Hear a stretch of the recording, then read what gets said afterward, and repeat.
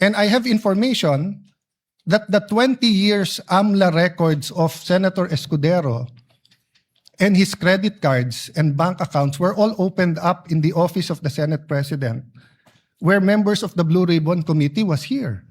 Then we're going to ask him to preside.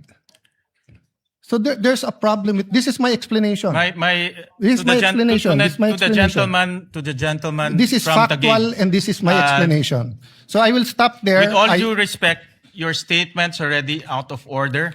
It has nothing to do with the topic on hand. No, Mr. And President. the presiding officer will strike off. It has The- all to do with this. will strike off It has all to do. The I do not, statements Mr. President, pertaining to Senator Mr. Escudero. President, kaibigan ko si I Senator direct the Escudero. stenographers to I strike don't off doubt these him. statements. He is the victim here.